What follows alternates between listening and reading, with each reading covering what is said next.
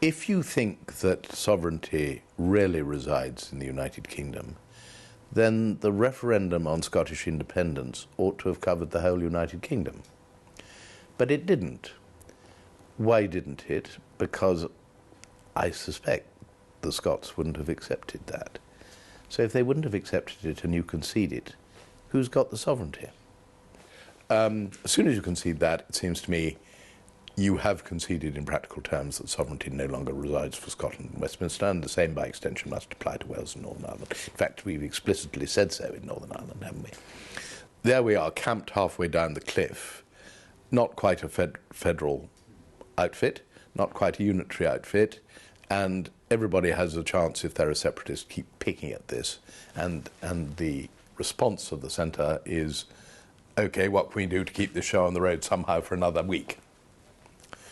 So my thought was simply, why don't we just start afresh and say, we are a federal, effectively de facto federal. Why is that?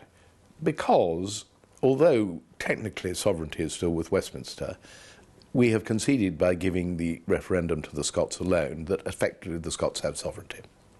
So why don't we recognise reality and get together with the four parts of the kingdom and say, we think that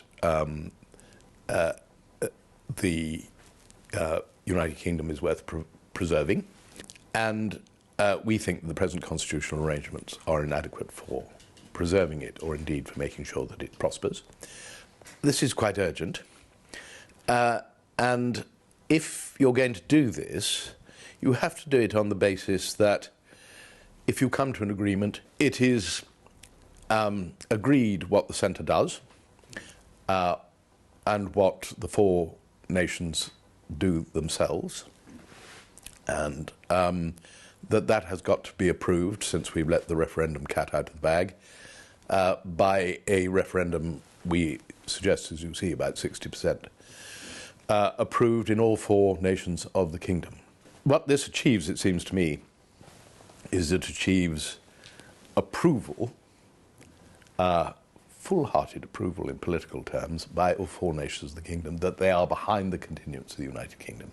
So what the bill has done is effectively it is assumed that there will have been negotiations, that they will have agreed that, and those negotiations will be on the basis that any legislation surrenders all sovereignty from the centre to all four, therefore acknowledging there is absolute parity between the four, that the negotiations then give back to the centre freely, and the legislation enacts that and leaves the rest to them.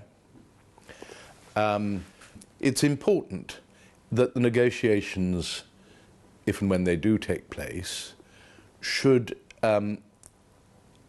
be in a context of not just Scots negotiating with the centre, Welsh negotiating with the centre, English negotiating with the centre, Northern Irish negotiating with the centre, but also that all four should talk to each other. It seems to me that it would be very clear if the House of Commons became the English Parliament and would sit in the chamber of an abolished House of Lords, would be a directly elected federal assembly, and that, for instance, the Scottish members of that directly elected assembly could sit effectively as a second chamber in Edinburgh. That has clarity. It's clear where the divisions lie between the four nations, and you'd have an English Parliament sitting in the House of Commons. Clearly, under those circumstances, the English First Minister would be a very powerful person. But I think one of the things which would be important, and why I like is that the divisions between the responsibilities of the First Ministers and the Parliaments of each of the four nations would be much clearer under what I'm suggesting, and therefore you'd be able to make sure that the powers of the English were circumscribed and went down the borders, except where they agreed to cooperate. So that doesn't worry me so much as it worries some of my colleagues. The alternative B is basically for there to be a reformed House of Lords, directly elected. So I think that B would be still a UK-wide House of Commons with enhanced powers for English votes for English laws. We do not think that our proposals can work unless there evolve satisfactory proposals for the future governance of England. And therefore, if we can, between us all, achieve a consensus of what that approach should be, I myself think that's probably the best way we can ensure that our bill can also work, because I don't think one can work without the other.